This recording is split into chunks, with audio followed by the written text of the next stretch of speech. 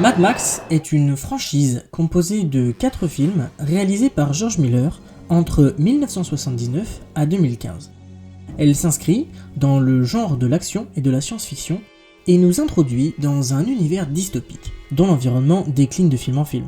Après une analyse de chaque opus, nous avons relevé, en opposition à cette décadence, une évolution dans le statut des personnages féminins. Et là, on s'est demandé comment est-on passé de Jessie, la petite amie de Max du premier opus, à Furiosa, personnage principal féminin du 4e. Et plus précisément, comment le statut des personnages féminins évolue à travers les films Mad Max. Bien qu'il s'agisse d'un personnage secondaire, la principale figure féminine du film est la petite amie de Max. Elle reprend le cliché de la femme au foyer avec un enfant, que le personnage principal va devoir protéger par la suite.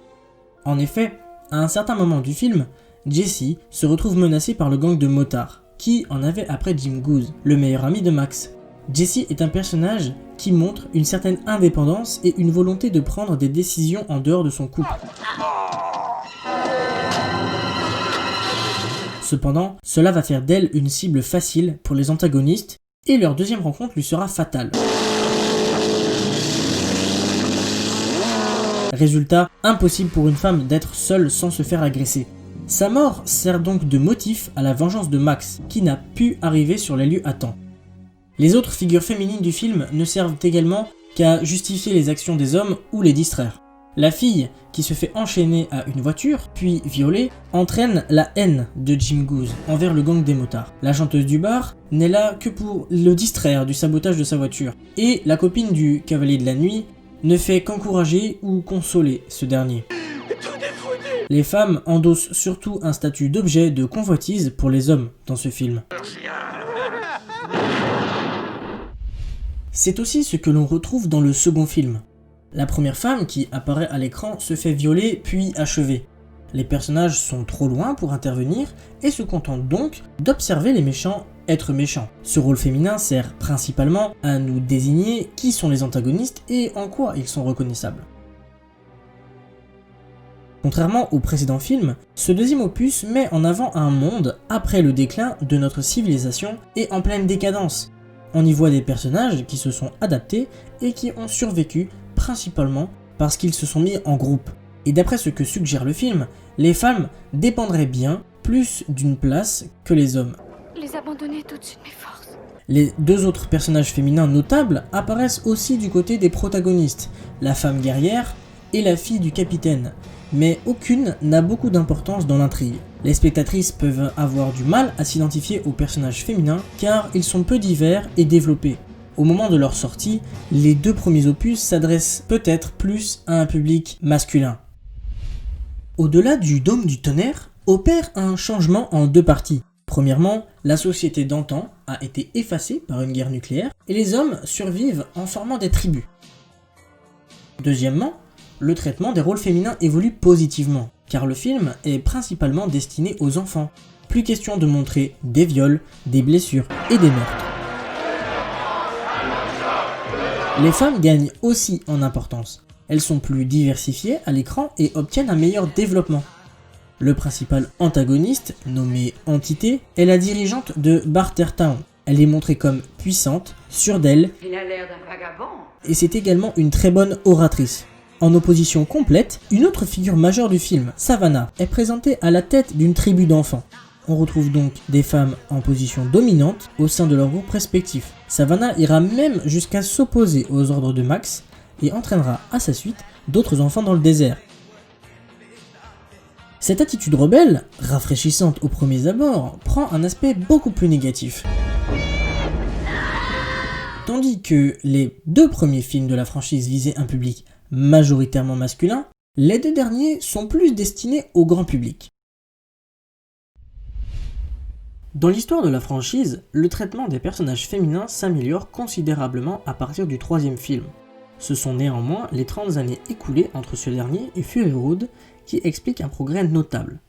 La notion de groupe est beaucoup plus développée dans le dernier film. Elle s'étend même au sens de population. Nous apprenons donc comment les trois principaux groupes en conflit perçoivent le rôle de la femme dans leur société. Le premier groupe auquel est confronté le spectateur est celui dirigé par Immortan Joe. un tyran polygame aux allures de chef de secte. La population qu'il contrôle via la restriction d'eau et de nourriture est divisée en deux parties, ceux qui vivent au pied de sa citadelle et ceux qui vivent à l'intérieur. Tandis que la majorité des hommes valides, les warboys, forment une armée, les femmes les plus jolies ou les plus fonctionnelles sont esclaves sexuels, femmes à lait, pondeuses d'élite ou comme les appelle Joe, ses épouses. Joe les séquestre dans un confort illusoire, les habille de draps blancs à l'image de déesses, de mariées ou de choses précieuses délicatement emballées et protégées par une ceinture de chasteté. La seule femme infirme présente aux côtés de Joe est l'impérator Furiosa, un de ses lieutenants. C'est elle qui, au début du film, est chargée de ravitailler la citadelle en essence à bord d'un convoi de guerre. À la place, elle trahit son chef et s'enfuit avec ses épouses pour rejoindre sa terre natale, peuplée par les mers innombrables. On va vers l'est. Au cours de la course-poursuite entre Joe et Furiosa, un nouveau groupe se crée, composé de 5 épouses, de Furiosa, Max et Nux. Tous les personnages ici se traitent d'égal à égal.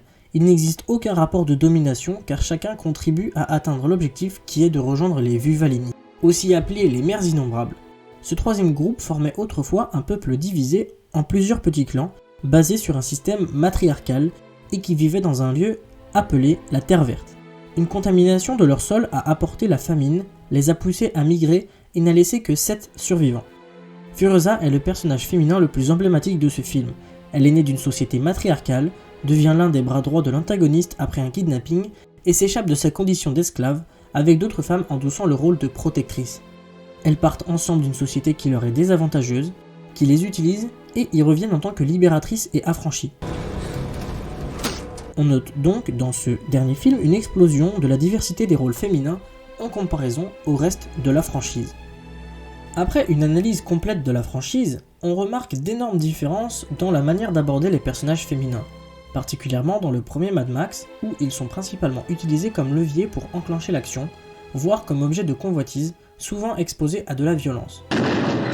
On peut également considérer le deuxième film comme le trou noir de cette série, car il ne marque pas de continuité dans l'évolution de leur représentation. Le troisième film, lui, entame une amélioration en plaçant les antagonistes aux ordres d'une femme influente, ainsi qu'une tribu d'enfants sous la direction d'une adolescente, donc des groupes majeurs du film. Le dernier film rattrape ses prédécesseurs dans le traitement des rôles féminins. Leur nombre est multiplié et leur caractère est travaillé. Par exemple, le but des épouses est la quête de liberté. Aucune ne veut plus être associée ou définie par son rattachement à un personnage masculin, donc Immortan Joe. La consécration de leur but est retrouvée chez les Vuvalini. Leur retour à la citadelle met cependant tout le monde sur un pied d'égalité. Furiosa reste le personnage féminin le plus marquant de la franchise. George Miller, qui a d'ailleurs annoncé 2 autres films pour sa franchise, lui en dédie un et il portera son nom. On peut ainsi affirmer que Fury Road marque un véritable tournant quant à l'importance qu'il donne aux femmes dans l'univers des films Mad Max.